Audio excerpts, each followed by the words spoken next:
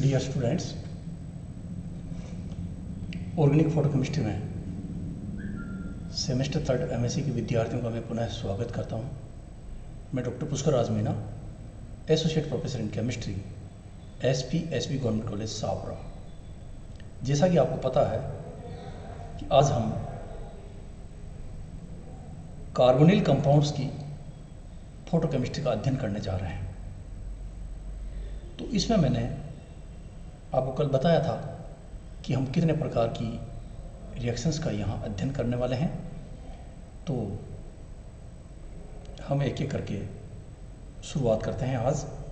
और सबसे पहले जो उसमें था कि सैचुरेटेड असाइक्लिक कार्बोनिल कंपाउंड्स का अध्ययन हम करेंगे।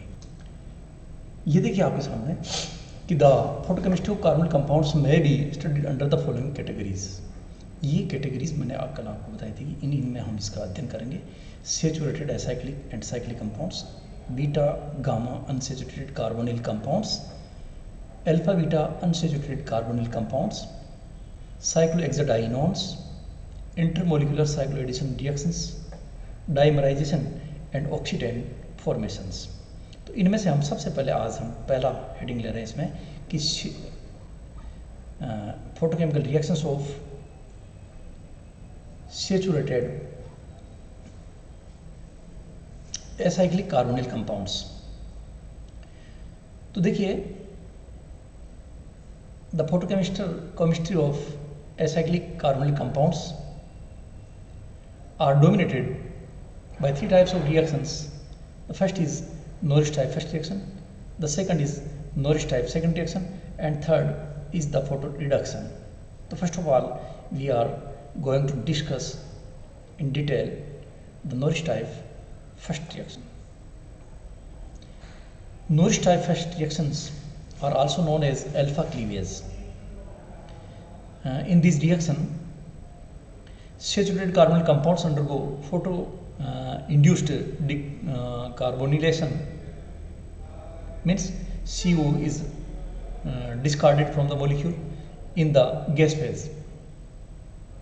It is the characteristic feature of these reactions that this type of process undergoes in the gaseous phase only, and this process was first observed by this scientist whose name is R.G.W. Norris. So these are called Norris type first reactions, or sometimes we can say these are alpha cleavage processes, because the alpha bond from carbonyl compound cleavage occur in these reactions. This process is commonly encountered in gas phase. It is very important characteristic feature of these reactions that these are encountered only in the gas phase. Norris type first reaction undergo the following two processes. वहाँ पे दो process होता है, देखिए, first is primary process and second is the secondary process. So first of all we discuss about the primary process. In this process, the saturated acyclic carbonyl compounds from excited state goes to initial cleavage of carbon-carbonyl bond to give an alkene and acyl radical. This process is known as alpha cleavage, or finally we can say this is Norris type first cleavage. Here you can see this in this example. It is a ketone. The bond cleavage is occur near this carbonyl group. So there are it is homolytic cleavage. So two radicals forms here. First is acyl radical and second is alkyl radical, and this is alpha cleavage and Norris type first cleavage. Norris type first process occurs from both of the excited state. देखिए, बहुत important चीज़ है कि singlet और triplet दोनों state के N पाई transition से ये process complete होता है। और इसे हम देख सकते हैं कि जब फोटोलिसिस किया जाता है डाइटर्सली ब्यूटिल कीटोन डाइटेस्टिबिलिटी का फोटोलिसिस करते हैं, तो 90% यील्ड में CO वहाँ पर बनता है,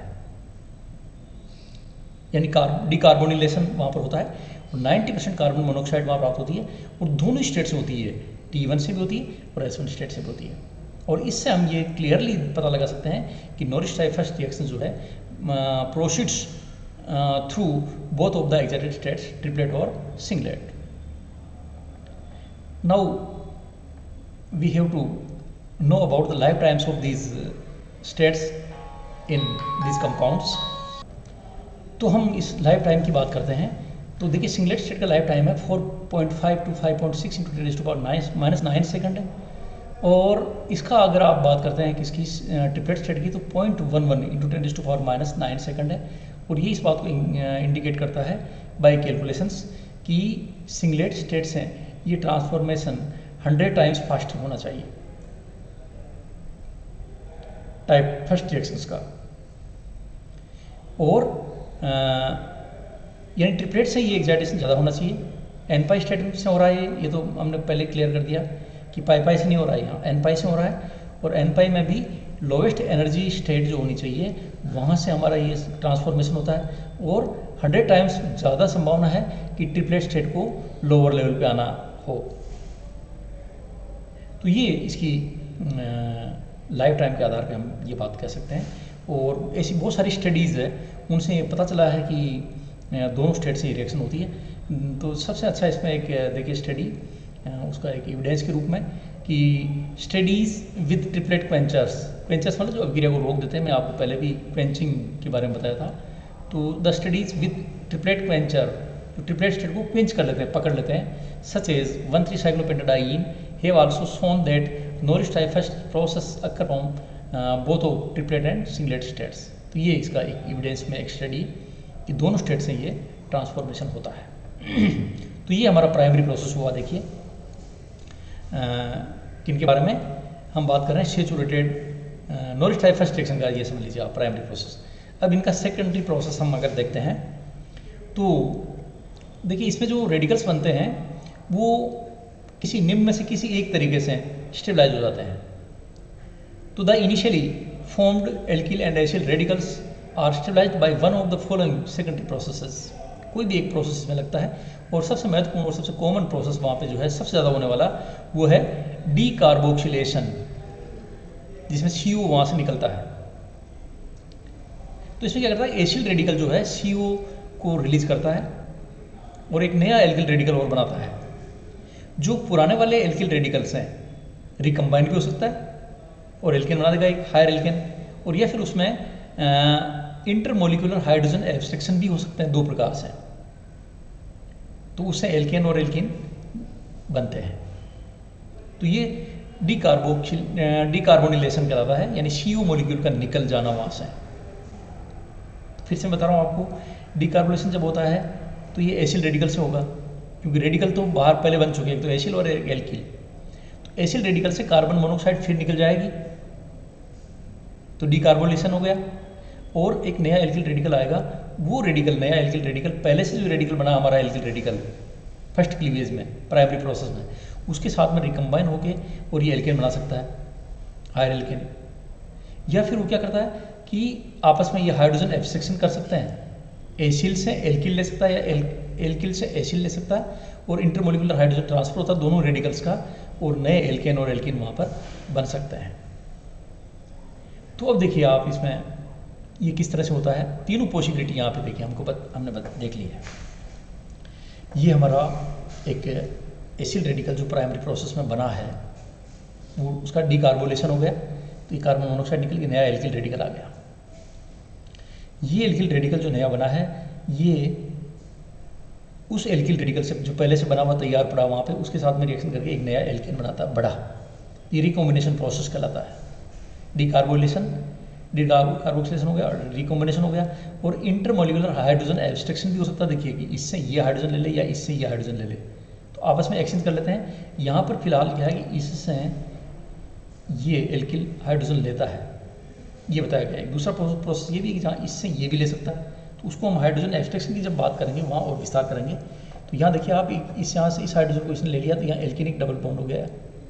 ये देखिए आप इस तरह से, ये यहाँ डबल बॉन्ड में कन्वर्ट हो गया। एक हाइड्रोजन यहाँ से था इस जगह से, ये निकल के इस पर आ गया, तो ये तो बन गया क्या, एल्केन, और ये बन गया एल्कीन। तो ये हमारा एक हाइड्रोजन एब्स्ट्रैक्शन का प्रोसेस है। अब देखिए दूसरा हम ले सकते हैं इसमें कि इंटरमोलिकुलर हाइड्रोजन एब्स्ट्रैक्शन। फर्स्ट दो कैटेगरी में हम इसको बांटेंगे। देखिए मैंने अभी जस्ट आपको कहा था, दो में इसलिए बांटेंगे कि एक में इससे ले रहा वो और एक में उससे ले रहा ये, तो दो प्रकार के एब्स्ट्रैक्शन हो गए। तो इंटरमोलिकुलर हाइड्रोजन एब्स्ट्रैक्शन में occur by acyl radical from the formed alkyl radicals to give an aldehyde and alkene. जो पहले से हमारा एक एल्किल रेडिकल बना हुआ है, वो एल्किल रेडिकल इस एसिल रेडिकल से हाइड्रोजन को एब्स्ट्रैक्ट कर लेवे, जिससे यहाँ तो बन जाए एल्डिहाइड और वहाँ बन जाए एल्कीन। तो ये एसिल रेडिकल देखो, ये एल्किल रेडिकल हमारा, इससे ये हाइड्रोजन है, उसको इस एसिल ने ले लिया, तो एच एब्स्ट्रैक्शन पहले फर्स्ट टाइप का ये कहलाता है। और इसे देखो यहाँ क्लियर दिख रहा है आपको, देखिए यहाँ पे इस हाइड्रोजन को होमोलैटिक क्लीवेज होता है, तो एक इलेक्ट्रॉन ये और एक इलेक्ट्रॉन ये मिलकर यहाँ डबल बॉन्ड बना लेंगे, तो ये तो हो गई एल्कीन। और ये हाइड्रोजन निकल के यहाँ आ गया, इससे ये CHO बन गया, एल्डिहाइड बन गया। तो ये एल्डिहाइड और एल्कीन इसमें बनती है। लेकिन इसके लिए देखिए आप, इसमें इस रेडिकल के पास में बीटा हाइड्रोजन का होना जरूरी, तो ये कंडीशन है। This process is only possible when there is a beta hydrogen in alkyl radical. यहाँ पर बीटा हाइड्रोजन होना आवश्यक हो गया इस जगह, जब ये रिएक्शन होती है। दूसरी पॉसिबिलिटी है इंटरमोलिकुलर एच एब्स्ट्रैक्शन सेकंड। ये भी एक प्रोसेस है दूसरा कि जिसमें उल्टा हो रहा है। Again the intermolecular hydrogen abstraction by alkyl radical from alpha carbon of the acyl radical में occur to form an alkane and alkene molecules. इस तरह से एल्केन और एल्कीन मोलिक्यूल्स यहाँ बन सकते हैं। देखिए आप इसको फिर से मैं आपको दिखाता हूँ यहाँ पर कि ये हाइड्रोजन जो इसका था, किसका, एसिल का, ये एल्किल पे शिफ्ट हो गया और यहाँ शिफ्ट होते ही एल्केन बन गया ये तो, और ये कीटीन बन गया। देखिए एल्केन एंड कीटीन है, देखिए एल्केन एल्कीन गलत बोल गया मैं, संशोधन करिए, एल्केन एंड कीटीन। तो ये एल्केन बन गया और ये डेफिनेटली ये क्या बन गई, कीटीन। और देखिए द एक इन्वर्टेड कॉमास में यहाँ कोट किया गया है कि the main secondary process is decarbonylation. सबसे इंपॉर्टेंट जो मैक्सिमम जो जहाँ पॉसिबिलिटी है वो डीकार्बोनिलेशन की है। ये सब तो इतने महत्वपूर्ण नहीं, इतने ज़्यादा कॉमन नहीं है, ज़्यादा देखा जाने वाला प्रोसेस डीकार्बोनिलेशन है। अब देखिए आगे कि formation of acyl and alkyl radicals can be proved bye trapping of these radicals by use of suitable trapping agent. 2266 गलत 44 गलत लिखा है, देखिए आप चेंज करिए यहाँ पे 2266 टेट्रामेथिल पाइपिरिडीन 1 ऑक्सिल रेडिकल। ये ट्रैपिंग एजेंट है, कंपाउंड का नाम है 2266 टेट्रामेथिल पाइपिरिडीन 1 ऑक्सिल रेडिकल। इस रेडिकल से हम सिंगलेट और ट्रिपलेट इससे हम एसिल और एल्किल दोनों रेडिकल्स को ट्रैप कर सकते हैं, जिसमें एक अगर हम एसिल रेडिकल को ट्रैप करेंगे तो एस्टर बनेगा, और अगर हम एल्किल रेडिकल को ट्रैप करेंगे तो ईथर बनेगा। तो आगे ये कह रहा है कि reduced fission of 1,3 diphenyl Aston की बात कर रहे हैं। जैसे 1,3 डाइफेनिल एस्टोन ये कंपाउंड रहा, इसमें एक एस्टर बन रहा और एक ईथर बन रहा है। ये 1,3 डाइफेनिल और एसीटोन, इसका क्लीवेज किया आपने तो यहाँ से टूटा, और ये आपका जो कंपाउंड है ये, जिसका नाम मैंने यहाँ लिखा है 2244 टेट्रामेथिल पाइपिरिडीन 1 ऑक्सिल। तो 22 1 2 3 4 5 6 2244 टेट्रामेथिल पाइपिरिडीन ऑक्सिल रेडिकल, ये ट्रैप कर रहा दोनों को ही। तो इसको जब ट्रैप करेगा तो एस्टर बनेगा और इसको ट्रैप करेगा तो ईथर बनेगा। तो दोनों चीज़ें वहाँ बन रही है, एस्टर भी बन रहा है और ईथर भी बन रहा है, जो इस बात को प्रमाणित कर रहा है कि क्लीवेज कहाँ से होता है, इसी जगह से क्लीवेज होता है, एसिल के वहाँ से। और नॉरिस टाइप फर्स्ट रिएक्शन को प्रूव कर रहा है।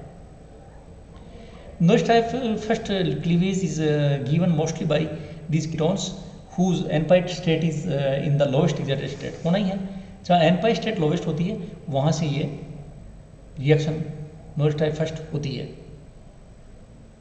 और in most of cases the Norrish type N pi state is lowest excited state, ये यही होता है।